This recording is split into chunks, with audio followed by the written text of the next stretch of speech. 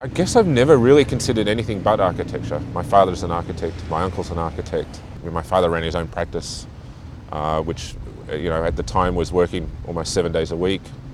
Family trips were looking at buildings. Sunday afternoon drives were looking at buildings. I grew up in a house that my father designed and built. I've considered other things like music professionally and possibly graphic design, but architecture has been definitely the only real choice. It's the thing that we all have to deal with. One of the things that we really all have to deal with on a minute by minute basis, not just a day by day basis. The ability to be involved with it at any level and make a difference to the quality of that is actually very exciting. It's also very interesting. It's not just about the immediate environment in which you're living or working or eating or whatever, but there's the way it connects different parts of a city, its ability to work across multiple mediums and multiple scales. The role of the government architect is fundamentally advice to government, advocacy of architecture, design, and then strategy. So strategic thinking about the built environment. How that manifests itself is really trying to connect people in government. The level at which it operates is quite high. It's attached to Department of Premier and Cabinet. So its vision is to really connect across the various government departments in a way that might not have been previously done in Adelaide.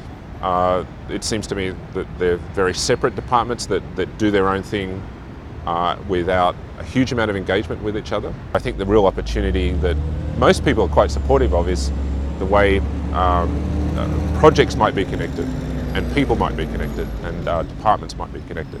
And then that's a larger vision that connecting government with academia and with practice as well. And I think that's something I'm particularly able to do because of my experience in all three, and actually pride myself on the ability to communicate across multiple disciplines and across multiple types of conversations.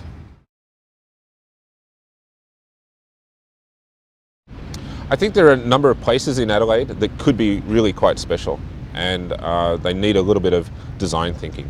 Actually, they probably need a lot of design thinking. And then they need to be working with the various stakeholders to really leverage what the best potential for those places might be. Clearly, Riverbank, there's a lot of work that can be done there. It's got the potential to be a beautiful spot, but sort of a nice breathing spot for the city, for the people. And at the moment, it's sort of distinct, separated projects that aren't really stitching together very well. And I think everybody knows that. I'm not saying anything that people don't know. It's just finding ways to do this. The thing that really jumps out at me is the markets, but it's just a fantastic place to be. That sort of idea of people coming together and sharing interests, I think that's a real positive that I'm seeing.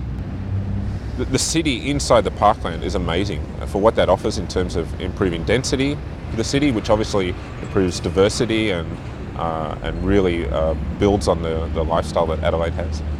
That sort of idea of using the parklands and creating enough immediate density and population around the parklands to really bring them to life. There's a real opportunity there. I'd really like to see density.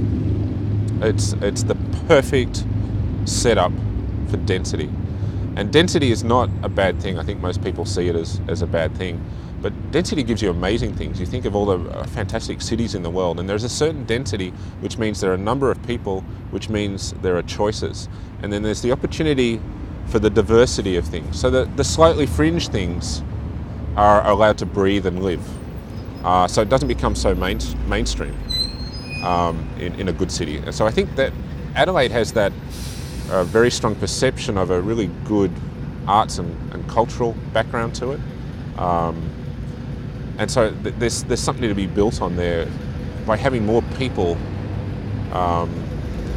within the city. There's plenty of parklands around the city. There's the squares within the city, so there's enough breathing space within the city to handle that greater density. And people actually living here. You look at Melbourne, you look at Sydney, with that residential population, it makes a real difference to the city working all the time, not just during the office hours.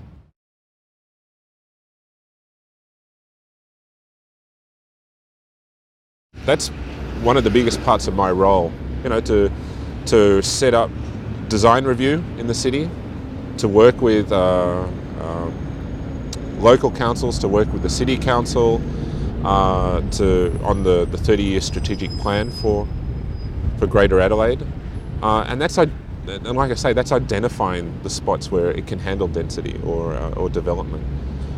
So it's not actually getting rid of the existing condition, it's adding to it, it's enriching, it's providing, I think, more choice of lifestyle and how to live, and really trying to improve the urban fabric of the city and the public domain. I think it's a case of actually talking to people and being very clear with the message. And look, sometimes people don't want to change their opinion, but that's where I think vision is important, and you have to think about what a city is going to be like in 20, 30, 50 years' time. And the people doing that sometimes have to wear the difficult periods in the more immediate difficult periods.